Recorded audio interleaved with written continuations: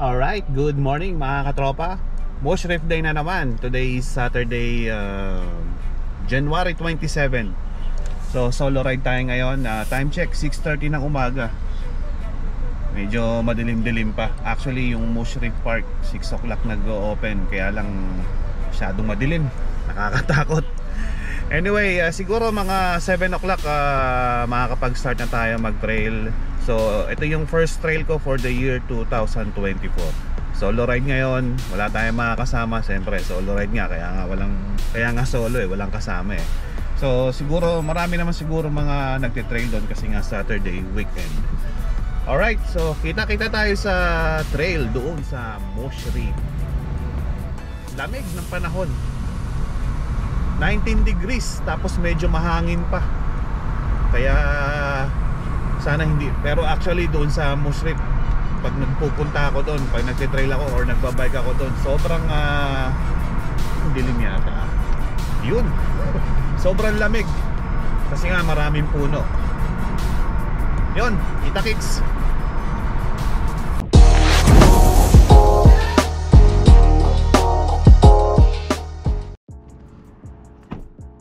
Alright, nandito na tayo sa parking. So, diskarga muna natin tong ating bike. Actually kasi tinatanggal ko talaga yung gulong nito eh. Dahil kapag nakalagay yung gulong, labas yung gulong dito sa body ng kotse. So baka mahuli pa tayo ng pulis. So mas safe to.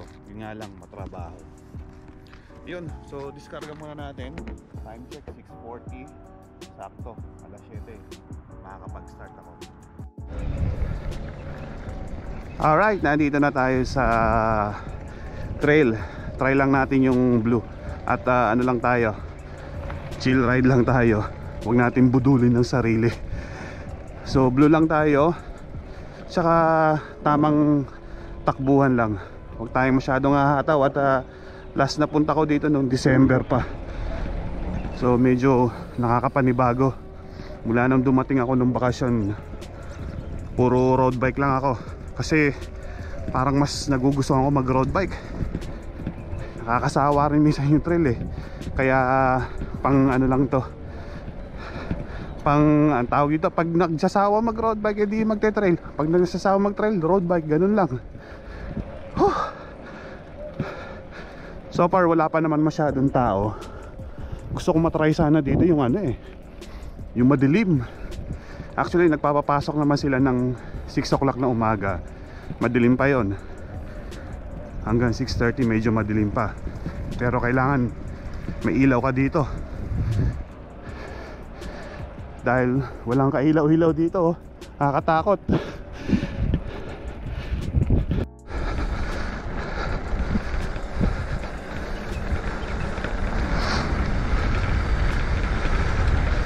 Wala pang masyadong bikers.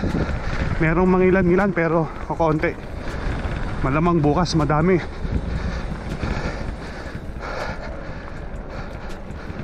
Oh, banayad lang tayo. Hinihingal na ako.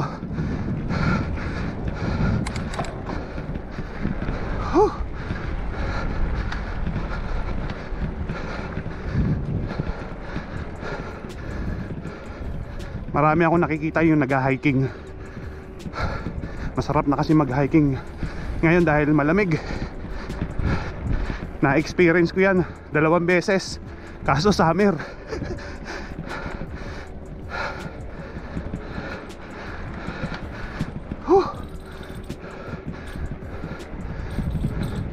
Sarap pakinggan ng mga huni ng ibon.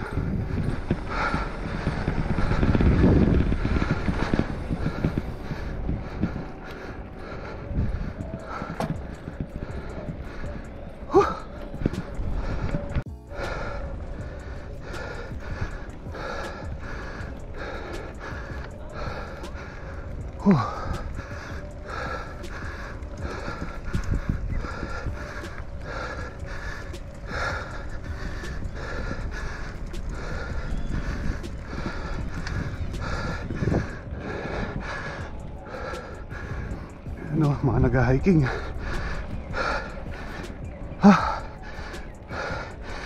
Alright. Ah.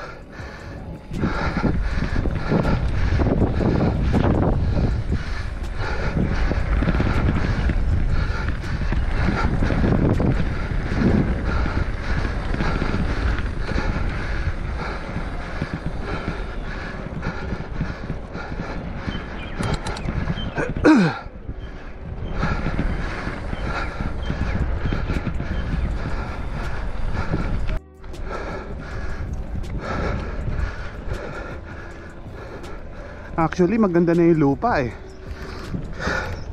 Ine-expect ko kasi yung, dahil malamig ngayon, medyo basa yung buhangin o yung lupa. Hindi naman eh, oh.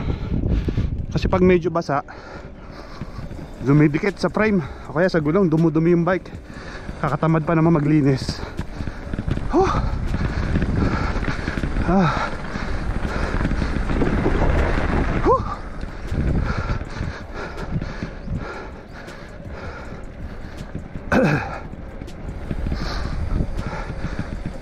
Sana madaanan natin yung Mala Grand Canyon View. Lagi kong nakakalimutan yung daan nun eh, pero dito lang sa Blue yun eh.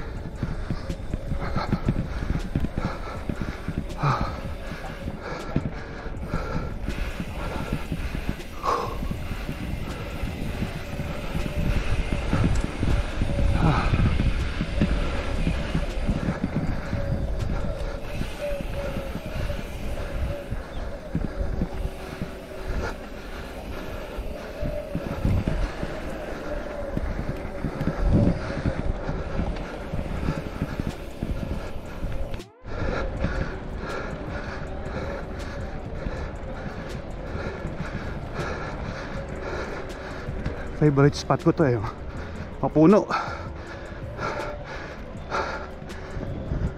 Kaso baka may ahas.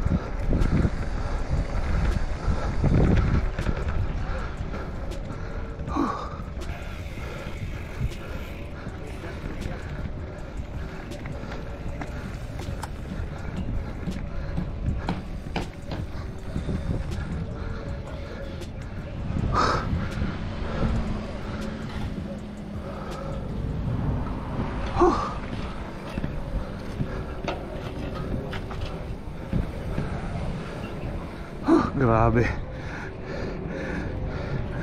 Biro mo natapos ko yung Blue Trail nang walang hinto, walang inom-inom ng tubig. Grabe, sarap. Ano na bang meron dito?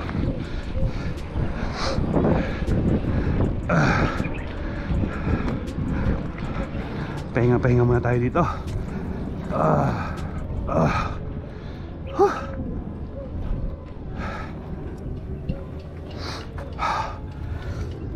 Inom muna tayo ng tubig. Alright, so yun, tapos na yung ating trail. Time check, ano oras ba? 8:22 na ng umaga. Ayun, medyo nagpakita na si Haring Araw. Sakto, natapos na tayo sa trail. Actually, kahit naman maaraw, malamig pa rin yung simoy na hangin. Anyway, ayan, medyo nagdadatingan pa lang yung mga tao. Karamihan talagang hiking ang ginagawa nila. Konti lang yung nagbabike. So ayan, marami ng pagbabago dito sa Moose Reef. Actually, merong parang ginagawa ng toilet, para magkakaroon ng toilet. Kasi yun ang wala dito, yung toilet. Saka yung shower. Mas maganda sana yung parang katulad sa NAS. Merong, pag after mo magbike, pwede kang siyempre maligo, mag-shower, para pag uwi mo ng bahay, fresh na fresh ka. So yun, marami ng mga bike dito na for rent. Saktong-sakto talaga to sa sa ngayong winter. So yun, maraming salamat sa pagsama sa akin. Don't forget to like, comment, and subscribe to my channel. See you on my next one. Peace out.